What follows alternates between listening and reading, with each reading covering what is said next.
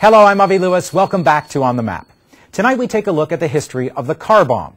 From yesterday in Lebanon to, well, almost every day in Iraq, car bombs have become ubiquitous and heavily associated in the popular imagination with the Middle East. In fact, this brutal and indiscriminate weapon has a complex history layered with ironies that stretches back more than 80 years. Since that September day in 1920, when an Italian anarchist named Mario Buda parked a dynamite-packed horse-drawn wagon across from J.P. Morgan and Company, the car bomb has gone global.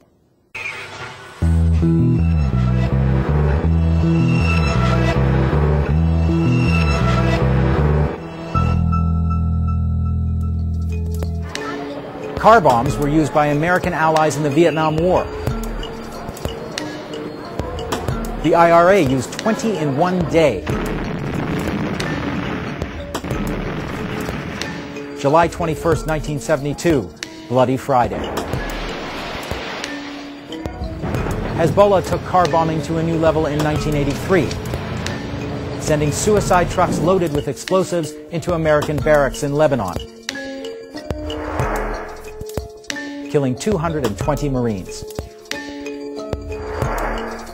And of course, car bombing has reached an apocalyptic peak in Iraq. In the fall of 2005, there were 140 a month.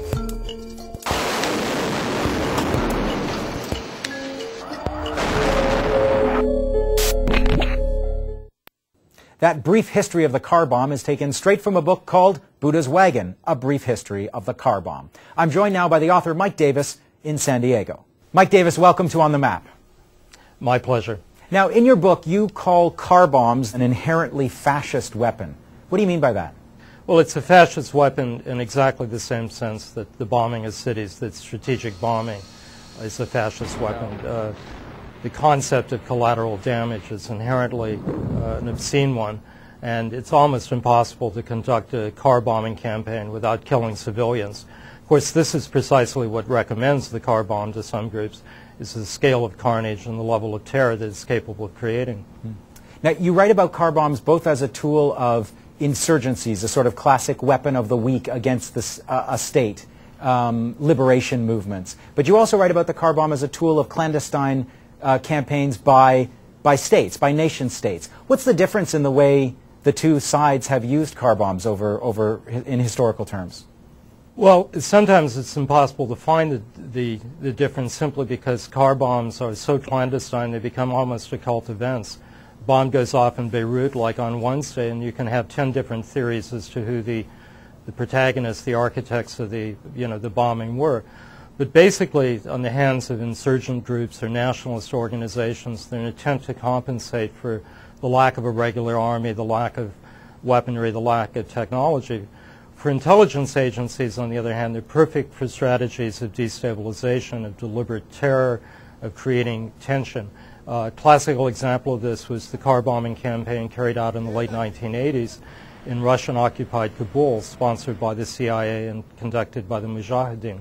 What has the car bomb done to the movements that have used it on the insurgency side? What's the impact on the architects of car bombing campaigns? Well, car bombs, because they're so powerful and cheap and easily utilized, have a great seductive power to insurgent groups. And sometimes those groups ignore the moral price that they pay. The bombs not only, kill your enemy, but they'll also destroy your own moral credibility, as both the IRA and the Basque nationalists have discovered. And a fundamental debate occurred in the early 1980s when Nelson Mandela, still in prison on Robbins Island, polemicized against the use of such weapons by the African National Congress, pointing out however effective they may be tactically, they end up destroying the dignity and the moral stature of the struggle by the civilian deaths and deaths of innocents that are almost certain to occur. Mm-hmm. Do you think car bombs are ever a legitimate weapon? Well, it's a difficult question when you're faced with such unequal struggles in the world as, say, during the Vietnam War between the might of the United States and the National Liberation Front.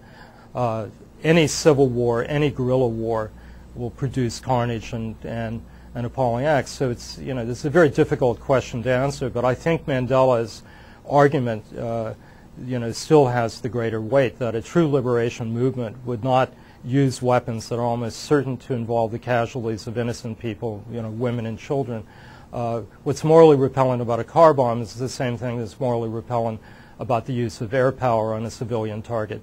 You are an urbanologist, and many of your books have been about cities. How are car bombs altering the landscape of cities around the world? Well, car bombs, far more than the more sensational or exotic weapons like the threat of nuclear or biological attack, have raised intractable problems of urban security, and not only in the Middle East or in Latin America, but think of the examples of London or New York City. And the reason is that while you can wall or defend a green zone or maybe a few acres of a financial center, a weapon that looks like ordinary traffic is undetectable, and in a sense you can't defend against it. So it's created new, I think, unfortunately, what will be permanent levels of fear and tension in the cities. It also hastens the movement toward the fortification of urban space. And, of course, it's just the perfect ammunition for people who want to assail civil liberties and give more powers to the police to regulate our daily lives and surveil our daily lives. Tell me about the role of the CIA in the dissemination of the car bomb as a tactic. The CIA, on at least 4 occasions, beginning in 1952 in Saigon, and recently just this year, according to ABC television in Afghanistan, has deliberately employed car bombs or supported groups that are car bombers.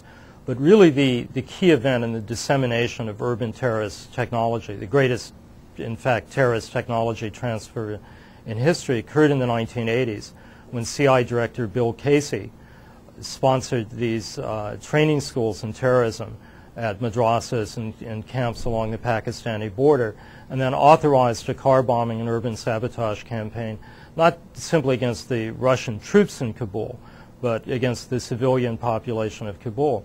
So what happened in the 1980s is, with the blessing of the CIA and the Pakistani intelligence agency, tens of thousands of people were taught state-of-the-art explosives, state-of-the-art urban terrorism, including car bombs. These people went on to teach others. And now you can find tutorials and PowerPoints and everything you need to know about building sophisticated car bombs on the internet. So it was, in a very real sense, it was CIA Director Bill Casey who opened Pandora's box. What are the central ironies that you've discovered in your research? Well, the ironies are this, that the machine upon which we are all dependent, and increasingly the entire world, gridlocked in traffic, this machine turns out to be the simplest and the most effective explosive delivery device that we have. I mean, literally the equivalent of a poor man's Air Force. But the other irony, of course, is that the gates of hell have been opened largely by state intelligence agencies, who are the ones who are responsible for changing terrorism from something practiced on a kind of artisanal basis on a local level into a kind of universal virus, to the point right now that what we see is just so horrifying and staggering. There have been at least 1,200 fatal car bombings in Iraq, about 40% of them suicide bombings, and they have killed as many civilians as died in London during the Blitz during the course of World War II, at least 30,000 people. Mike Davis, thanks for being on The Map. My pleasure. Coming up after the break, South Africa shut down. We look at the deeper context of the country's biggest strike since the end of apartheid.